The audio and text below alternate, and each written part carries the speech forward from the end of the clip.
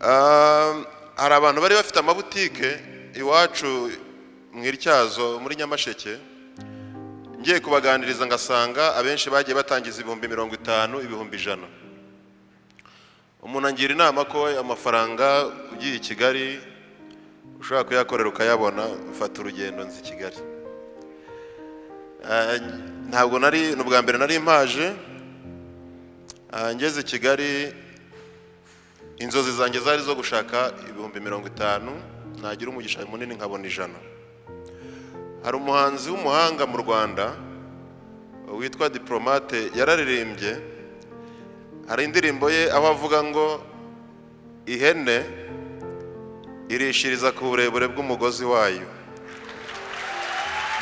Buriya mu buzima bw'umuntu iyo asetinze ko inzozi ze ari ukubona 100,000, ntushobora kuyarenza, uhora uri hasi y'ijana, kuko aho ujya gushakira ibyo 100,000 nahatarengeje 100,000. So namaze imyaka myinshi rero ndi mu gushakisha uko nabona 100,000 bizatuma nsubira i Nyamasheke gukora butike.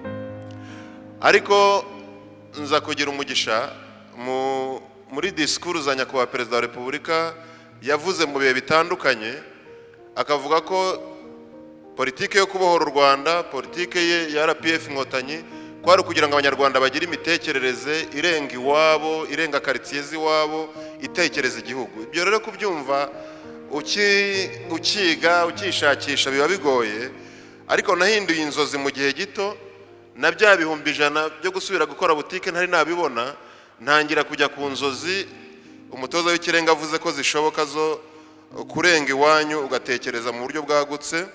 Ubwo ni cya kiziriko cya Diplomate navanye iwacu kwa Mwitende no muri quartier y'iwacu, noneho nyigira kirekire ku buryo warisha igihugu cyose uzenguruka ukagura inzozi. Ni ibyo ngibyo ngira ngo iyo utangiye kugira inzozi nini ushaka ubumenyi ukiga. Naje gusubira mu ishuri bigoranye, ubundi abantu benshi iyo bumvisha umuntu yaramaze imyaka 7 atiga bagira ngo byarangiye utize, ariko ushobora kumara imyaka myinshi ariko bikarangira wize. Hashize imyaka nk'itandatu Mineduc yari ifite gahunda nziza yo gufasha abantu bagiye bacikiriza, njya gukora candidat libre, ndatsinda banyohereza kwiga i Butare. Ndi mu nzira njya kwiga i Butare mpura n'umuntu arambwira ati ndabona ukina amafilime neza, antera inkunga njya kwiga muri Czech Republic iby'amafilime. Mvuyeyo mpura n'undi ati ndabona uba mu bintu by'amahoro, antera inkunga njya kwiga muri Amerika ibyo guharanira amahoro no gukiza amakimbirane. Ngarutse abantu batari ko wakiga n'amategeko, njya muri Yerika nkora bachelor, nkora masters mu mategeko. Ubu maze iminsi mike maze gukora paper inyemerera gukora PhD mu bintu bijyanye na criminologie Rwanda, ibyaha n'ibihano by'abanyarwanda uko byabaga mu mateka yabo. So ngira ngo ku nzozi ni ibyo, inzozi kuzirota ni ubuntu, ntaho babyishyura, ariko kuzigeraho ni urugendo rutuma usohoka nyine ukajya gushakisha. Hanyuma umurinzi w'inzozi ni nyirazo, duhora tubiganira.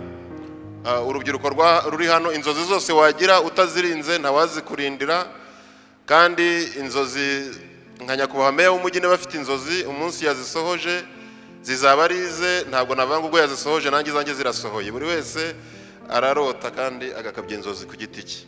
So mwari muvuze ku bijyanye n'umuco, ngira ngo uyu ni umwanya mwiza kugira urubyiruko rungana gutya. Munyemereye moderator ngatangira ntanga igisobanuro cy'umuco. Umuco, urubyiruko rwinshi muri iki gihe ruravuga rutese ni twebwe dufite umuco, n'abasaza bagira umuco, n'abazaza se bazagira umuco, cyangwa n'abagiye bari bafite umuco. Ariko igisobanuro cy'umuco twese kidushyiramo. Abahanga basobanuye ko umuco ugizwe n'ibintu bitatu. Ni umurage dusigirwa n'abakurambere bacu, ni ibihahano duhaha mu mahanga y'ahandi, ndetse n'ibihangano duhanga, kuko buri wese avukana ikigero gihagije cy'ubwenge ashakiraho ubumenyi. Uyu muco abanyarwanda uyu munsi turawufite ndetse turawubyaza umusaruro, ariko hari akantu gato twakongeramo ko kugwiza ibijyanye n'umurage, kumenya umurage abakurambere bacu baturaze, kugira ngo tujye tubasha kumenya ibyo twakakira bivuye ahandi n'ibyo twareka, kuko iyo wakira ibivuye ahandi byose biburizamo umuco w'iwanyu mugatangira kugendera ku w'ahandi. Ndatanga urugero rw'ikintu gitoya.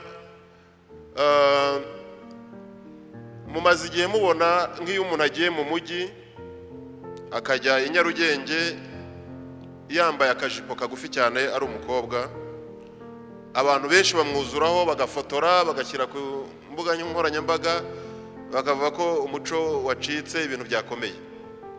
Ariko uriya muntu wambara akantu kagufi ashobora kuba afite ahantu yabibonye kandi byemewe, bidafite n'icyo bitwaye. Umuco w'utubyiniro, umuco wa za pisine ni ibintu igihugu cyacu cyemeye kandi bidufitiye umumaro. Ariko hari ubwo umuntu afata akajipo yabonye umuntu yambaye agiye kujya muri pisine, uwakakambara agiye muri butike. Wenda no muri pisine ari buze kujyayo, ariko ntamenye ko bagatwara mu gakapu, akambara ijipo ndende cyangwa ipantaro ndende yo kujya mu isoko, yava mu isoko akajya kuri pisine akabona kwambara ko kuri pisine. Imico y'ahandi iyo uyifashe udafite umurage w'iwanyu, ibyo bakora urabyitiranya. Umwambaro wo kujya mu kabyiniro ntabwo wambara ngo ubanze kujya kugura imiti yo kuri farumasi, ujye muri farumasi wambaye nk'ugiye mu kabyiniro uze gukomereza mu kabyiniro. Buri kintu dushobora kugikora mu gihe cyagenewe ntibigire icyo bitwara. Intambara tugira niyo ibyakabereye mu cyumba bigiye kubera muri salo, ibyakabereye muri salo bikajya kubera mu mbuga, ibintu tuba turi kubivanga. Buri cyose kibereye mu mwanya wacyo byarangira neza. Nsoza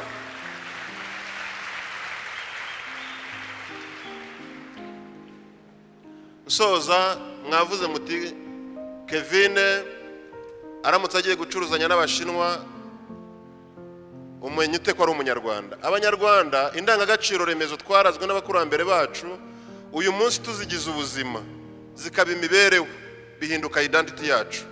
Abandi bashobora kuza gucuruza babeshya bavuga ko iyi nkweto imara imyaka 100, ariko Kevin kuko yarerewe mu muco w'abantu batabeshya, batiba, batirarira, biyoroshya, icyo abajijwe kuri product ye nicyo avuga, kuko ubutabazaza bavuga ngo abanyarwanda kuri product zabo bavugisha ukuri, reka tujye kubahahira. Ibyo ngibyo rero biradufasha bigatuma dutera imbere.